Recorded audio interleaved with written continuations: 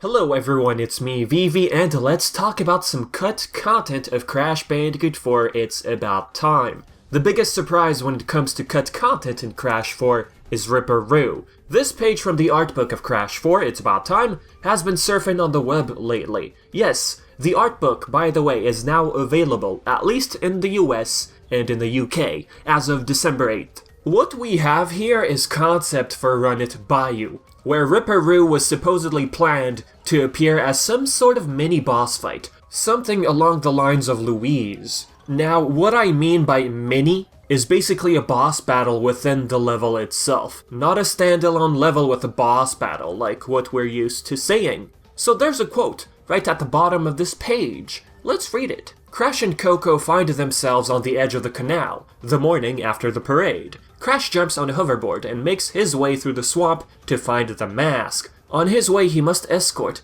a Dingo's Diner food boat through the swamp, dodge deadly mines, and finally destroy Ripper Roo, who's preventing him from making his way to the third mask. This quote was written by Josh Nadelberg, art director at Toys for Bob. There you go, quite interesting, isn't it? Ripper Roo was initially planned. Now, for unknown reasons, they scrapped him. He was supposedly guarding Kupunawa, the third mask we find after completing this level. Pretty much all masks we collect in Crash 4 were being guarded by something or someone. I even recall Paul Yan at Toys for Bob during a live interview saying that masks would be rescued by Crash and Coco. So the quantum masks, there's 4 of them in this game, and over the course of the adventure, they're scattered across the universe. You're going to have to rescue them from the clutches of certain bosses, both familiar and new.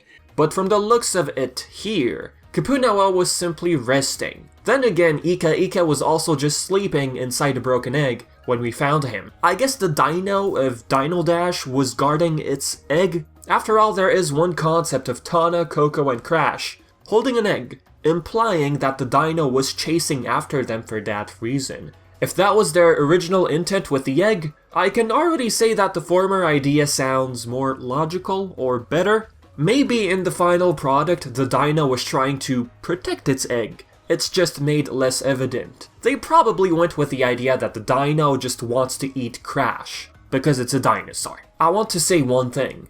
If they're masks and have the ability to float, why didn't they just escape? Did Lanny decide to sleep on that pedestal before we run away from that big ghost? I mean, the only one that seemed like needing rescuing was Akano after defeating Yanjin. Vivi, these questions are too complex. Stop it.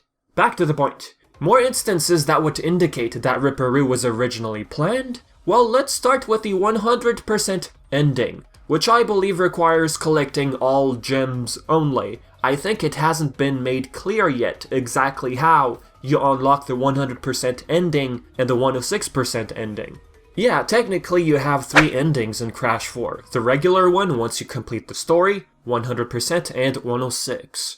I'm guessing that if you get all perfect relics, all the time relics, platinum by the way, I know, and the flashback tapes, each add up to 6%. Individually being 2%. Maybe you could help out with this information when it comes to completion of this game. As I was saying, this 100% bonus ending, we have a scene with Ripper Roo. Ripper Roo's curious cabinet of curiosity. Embryo is mistaken for a flying squirrel, so he's put on display. Is Embryo even alive? He's put on a display. Was he turned into a statue? Can he even breathe inside that display? Alright, we have Ripper Roo. Why would they show Ripper Roo when he didn't really make an appearance in Crash 4? Then again, we have this one with chicken stew in the background, so my argument isn't that great in this case. But I was still surprised to see Ripper Roo. So yeah, speaking of this guy, Offbeat, he's hopping in the background. Honestly, this one could count as a mere Easter egg. Upon 100%, not only you unlock the bonus ending, well, one of them, you can also unlock the art gallery. And who do we have here? None other than Ripper Roo. Now looking at Run It Bayou a bit more, we realize that there's a bunch of TNT lying around, like the last portion of the level. It's as if this stage was originally designed to have Ripper Roo appear, yes, while using the jetboard. If we go back to the art book, it says that Crash and Coco would have encountered Ripper Roo after Dingo's food boat segment, pretty much. You're not entirely convinced? Okay. Just listen to the theme that plays during this segment.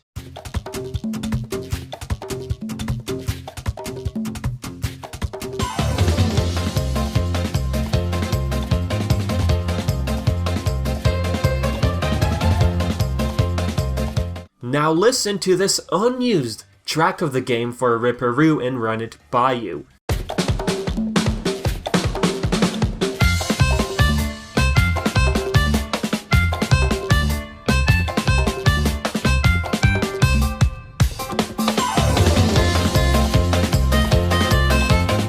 Credit goes to AbdulTheArabicGuy. It appears this unused variant of the track would have been used for this Ripper Roo mini-boss. What else would it be used for?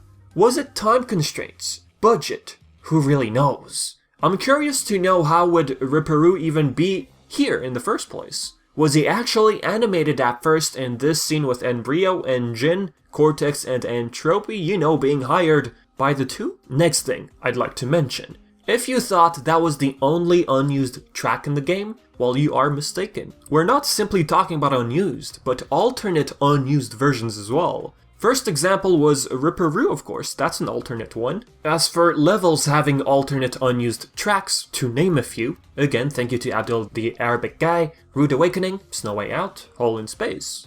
As for actual, unheard, unused tracks, we have Take You to Paradise, Aren't I a Clever Mummy, Bay Breeze, Roadrunner Rag, which also has an ambient version, Killer Surf, Parrots, Unknown Tawnaverse, Dynamic Duo, Home Cookin'. Now, of course, if you're curious about these unused tracks, the link to Abdul's channel will be in the description below.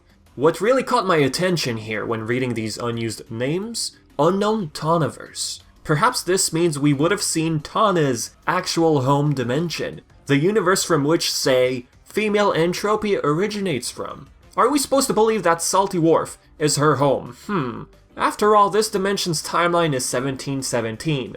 Looking at Tawna's attire, does it really fit 1717? You wonder. Now these unused tracks also seem to have some ties to a few unused skins that got datamined by Crash Bandicoot modder Cog Monkey. You've probably heard this name before. Now obviously, some were used in the game. Those that stand out and we've never heard of before? Coco Cowgirl, Crash Werewolf, Crash Zombie, Crash Mummy, and obviously the skins for Neo, Tawna, and Dingo. From the names of these unused tracks we took a look at before, Mummy Crash could have been tied to Aren't I a Clever Mummy? The thing is, skins in this game are themed after levels. It's not far-fetched to believe that these skins hint at cut levels. Something you've probably realized, our home dimension, Insanity Island, doesn't even have that many levels. As for, say, Expedition Tawna skin, that appears to be tied to the outfit she's wearing in the 100% ending. The narrator does use the word expedition. Coincidence? I think not. One concept that really looks interesting is this. Crash and Cortex together in a minecart. It looks like Cortex Castle, maybe? If curious, this was painted by Simon Kopp, and the lines were drawn by Nicola Saviori. Something else I'd like to bring up. This tweet from one of the artists at Toys for Bob, Nicholas Cole, Cortex in a complete different attire. For all the design controversy, I really like drawing Cortex. We had in mind a couple ideas about aging him visibly or dressing him grumpily for his time in the prehistoric levels, but both felt like they steered the wrong way for the story beats. So yeah, with that datamine and this following tweet by Cole, Crash 4 could have had more skins for these extra playable characters. However, do keep one thing in mind. Cole later in the replies specified that these were more like costume changes for Cortex, just for the level aesthetic. Naturally, you wonder why they even scrapped this. Cole explained it steered away from the story beats. Okay. Did Toys for Bob believe it was unnecessary for Cortex to switch clothes? I mean, why would Cortex run through the trouble to change clothes in a prehistoric level, right? Some might start wondering about potential DLCs with all these unused skins and everything. Thinking back to some articles that use the word at launch, I recall reading those and yeah, the wording's a bit off. It's surprising. Same wording was done by a PR at Activision. It's as if they were saying, for now, expect this and that in the game. Does this mean future DLC the way they worded their phrase? Would some of these skins be unlocked in these future DLCs, for example? Would we explore the unknown Tawnaverse? Another interesting tweet by Nicholas Cole. This time we have concepts of critters. One day on Crash Bandicoot 4, I was asked to riff on some ambient, non-gameplay critters for Planet Bermugula, and I came up with this sheet. The only one to make the cut was the axolotl squirrel, but honestly he's the best one, and animation made him especially lovable. Not saying extra critters would have been cooler, it's just cool to know some stuff behind the scenes, like this tweet I just read. Another removed asset, let's call it. The insanely perfect relics started off as these big floating 3D skeletons. By the way, you can find this over on the cutting room floor. These were originally found by Wumpa Jam. So yeah, looking at these big floating 3D skeletons, they look like different variants, which would be obtained originally. But of course, you know, I'm just guessing, so the original intent of these, it's unknown. I'm guessing it has to do with the number of deaths, right? Because they're very similar to the 2D insanely perfect relic we have now in the final product. So about these different variants, say you die once and break every crate. You get the one in the middle. You get 2 deaths, you get the one on the left. You die 0 times, you get the one on the far right. Of course, you know, breaking all crates, don't forget. I guess they scrapped these variants, and went with the idea of just not dying, and of course collecting all crates. Insanely perfect relics they're evil. They're evil, I tell you. They're such a pain in the Wumpa butt. It kind of makes the 3 max death gem requirement redundant. Honestly, the less than 3 deaths could have been considered a variant of a perfect relic. Die 3 times, you get the one on the left. Die 2 times, you get the one in the middle. Die 0 times, you get the one on the right, for example. Just thinking that out loud, it's less of a pain if you really think about it, if you want to complete the game at 106. If 106 required lower tier perfect relics, I mean, not to get too off topic, but 106%, I mean, it does require platinum relics and all perfect relics. It's crazy, right?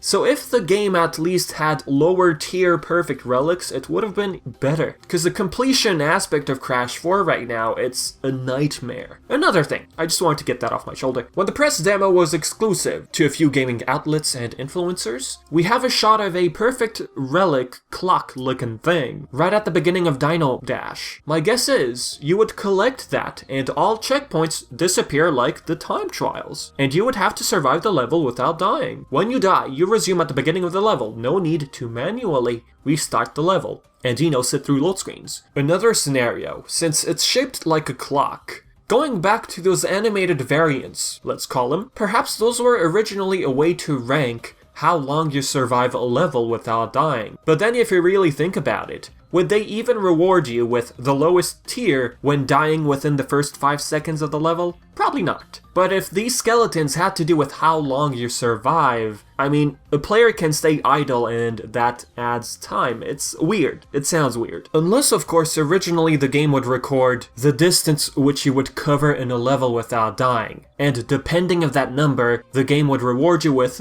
one of the 3D skeletons. But then you also ask yourself, okay, but do we have to break all crates or not? Confusing, right? So I'm just gonna leave it at that. Instead, in the end, they went with breaking all crates and not dying, and by the way, you do not have to find the hidden gem when attempting the perfect relic. Let me finish off the video with a cute looking Crash. Look at this guy. This was sketched by Nicholas Cole, and you know, you gotta protect him at all costs. I mean, look at him.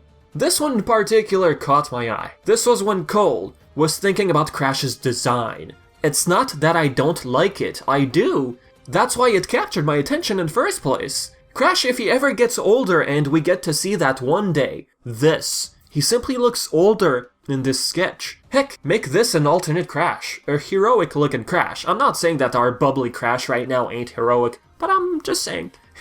So yeah, with that being said folks, this is it for the topic of cut content of Crash 4. So with that being said, if you have any questions or theories or anything of such sort, leave it all in the comments section below. And as always, I've been Vivi, and thank you so much for watching.